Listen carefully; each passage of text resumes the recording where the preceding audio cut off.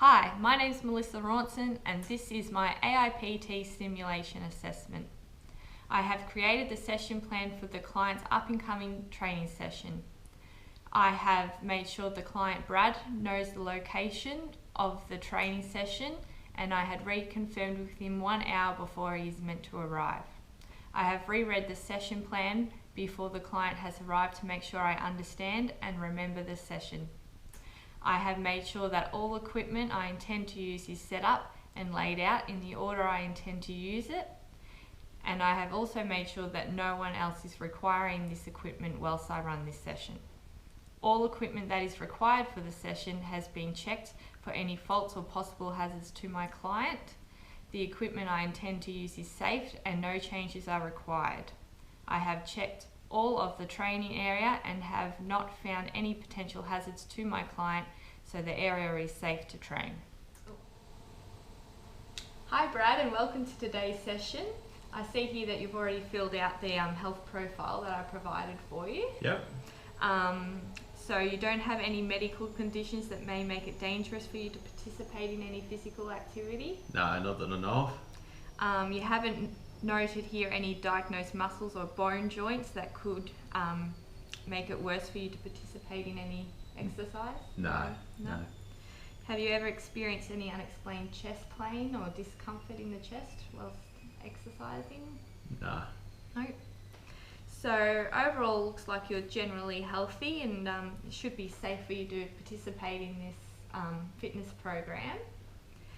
Do you have any goals you want to achieve by having a fitness program? I just want to maintain my health and maybe improve my fitness a little bit. Yep. Okay, great. So today we're going to start the session off with a fitness test. So we have something to look back on in up and coming weeks and something we can use to monitor your progress. Yep. We're going to do a little bit of strength work, so some work with some weights, a little bit of cardio and get that heart rate up and going, and then we're going to finish off with a bit of a stretch and a cool down. Does that sound all good? Yeah, sounds, yeah, good, awesome. So hopefully as we get going, this plan that I have created will help you to work towards achieving your goal of maintaining your health and increasing your fitness. Yeah. Do you have any questions at all? No, ready to get into it. Right, let's go. Okay, Brad, we're going to do a 1 minute push-up test. Yep. I have chosen this test for you to track your progress in muscular strength and endurance. We will complete this test again in 4 to 6 weeks, and that way we can track your progress and make sure that you're on your way to achieving your goal of increasing your fitness. For this test, you'll need to do as many push-ups as you can in 1 minute. So what I'll get you to do is get on the ground in a push-up position. Yep. You want to have your arms shoulder width apart. Yep, you've done a push-up before, Brad? Yeah. Keep that bottom down and engage your core nice and tight. And when you're ready, start, and I'll time a minute.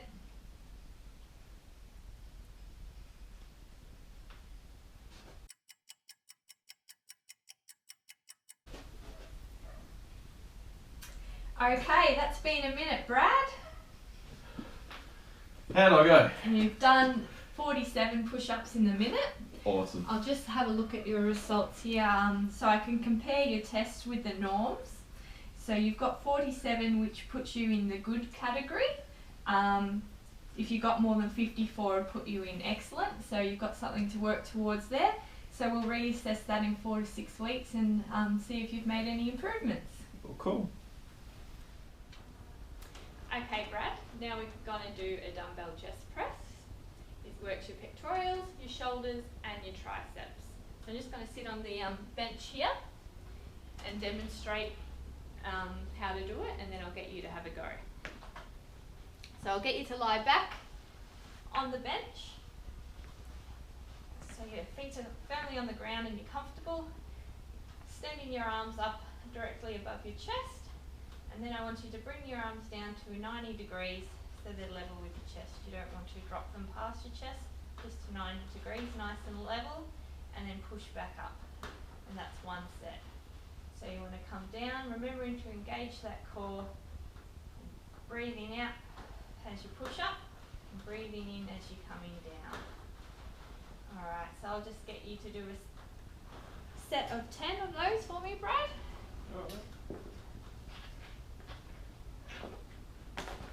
And do you mind if I just stand behind you here? Are you doing that? Okay, sit. Breathing out on the way up, pulling that belly button in towards your spine, and think about your shoulder blades squeezing together as you come back. That's it. And just do 3 more. 1, 2, just remember to stay at that 90 degrees. 3, great, perfect. So the next exercise we're doing is a bent over row with the barbell. So it's going to work your lats, your trapezius, your rhomboids, your rear deltoids and your biceps. So you start feet shoulders width apart, always keep your knees slightly bent. Come down and get your weight. So you want to lean forward from the waist or hips, so your body's almost parallel with the floor, and keep your head up. And then bring that bar in towards your tummy and back. So you keep that head up, sucking that belly button in towards your spine, just like so. Keeping those knees bent. So I'll just get you to have a go now, Brad.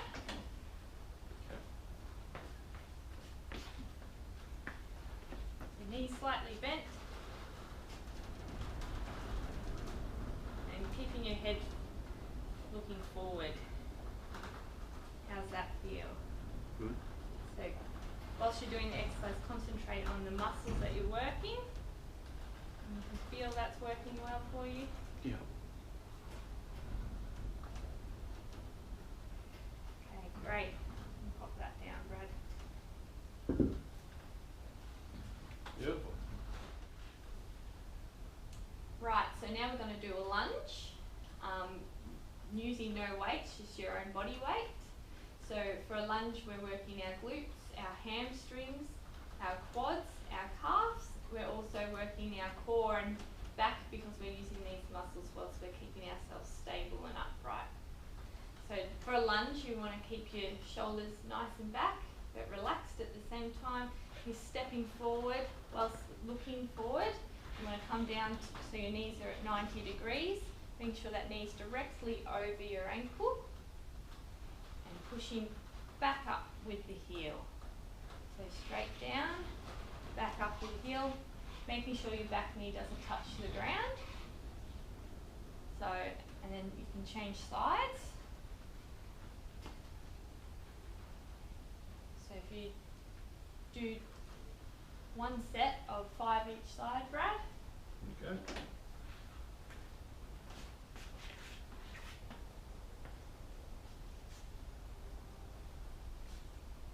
So keeping that core engaged, looking nice and forward, and pushing up with that heel. How's that feel? Good. Change sides. Yep.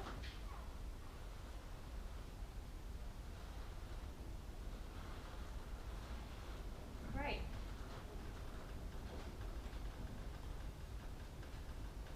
Well done. Beautiful. So we're going to do some cardio. We'll start off with the treadmill. Have you used a treadmill before, Brad? Yep. Yep.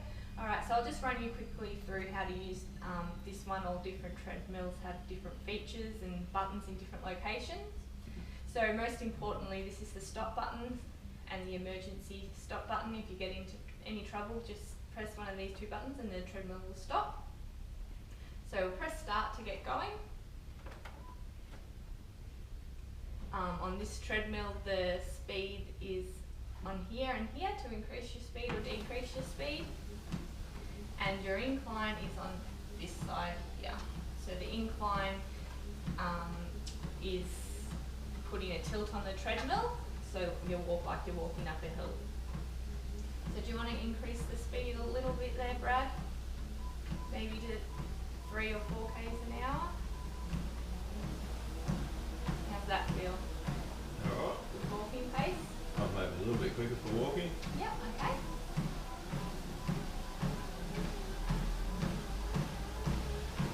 Alright, so this is going to increase your heart rate. Feel that heart rate coming up? Yep. Yep. So this treadmill also has a feature where you can put your hands on the rails here and it will tell you what your heart rate is. So you're aiming to get to 60 to 70% of your maximum heart rate. You're using your aerobic energy system. Did you want to go into a little bit of a jog or are you happy walking? Yeah, we'll go into a little bit of a jog. Yep.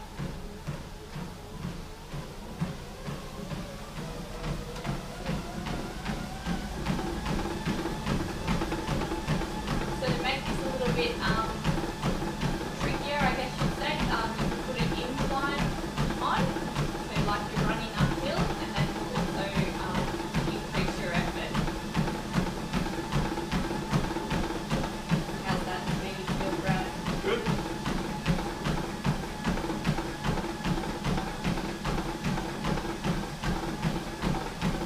So I'll just do this for another 20 seconds, and I'll get you to stop.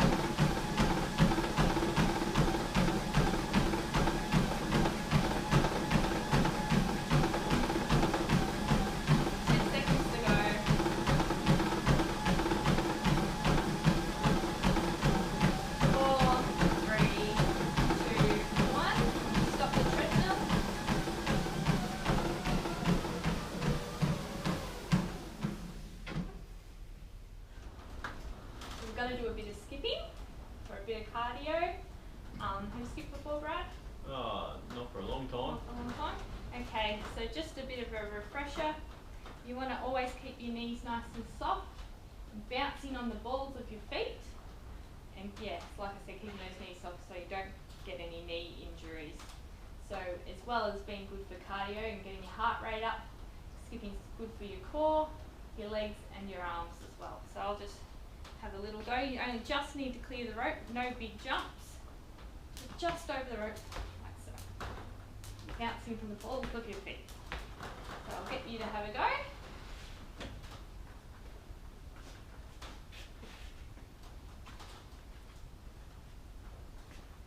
Might want to watch yourself there, Mel. That's it.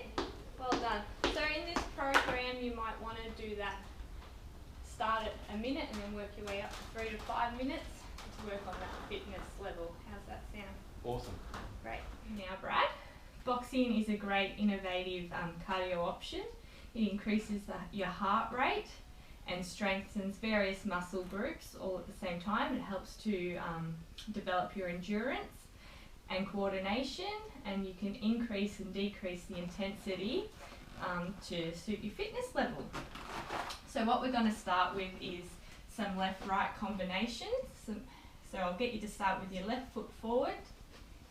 That's right. And then we'll do some left-right combinations for 30 seconds, and then we'll just do right foot forward and do that for 30 seconds. Then I'll get you to stand with your feet shoulders width apart and nice soft knees, and we'll do some uppercuts. How's that sound? Good. Alright, so left foot forward, soft knees, and we'll do left-right combinations for 30 seconds.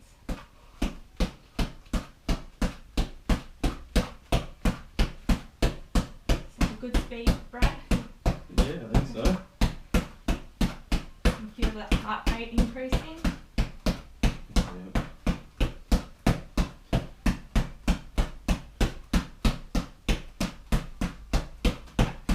Okay, great. Now I'll get you to stand with your right foot forward. Same thing again, off you go, left-right combination.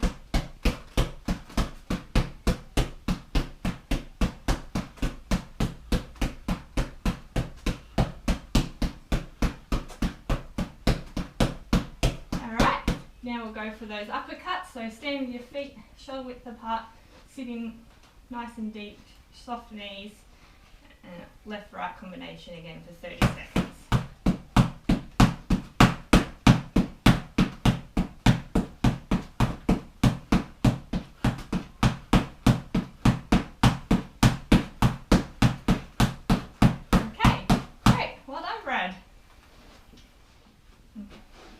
So to finish off our program today, we're just going to do a few stretches. Yeah. So we're going to start by stretching the pectoral. Yeah. So just get you to put your hand up against the wall here. Once again, feet shoulders width apart, and just turn out slightly. That's it. Can you feel the stretch in the front of your chest there? Yep. Just hold that for a little bit longer. So usually 20 to 30 seconds.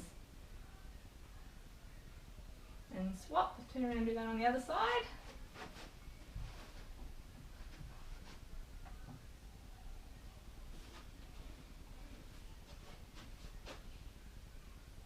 And feel that again in that side, Brad? Yeah. Okay, so now we're going to stretch the quads. So just bring your leg up behind towards your glutes. You can use the wall for balance if you need.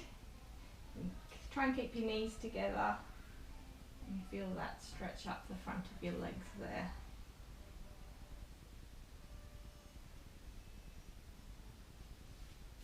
On the other side, sit.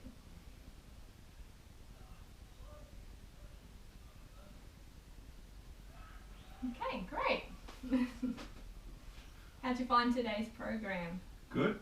Good. Any questions at all? No. No. All right. Thank you.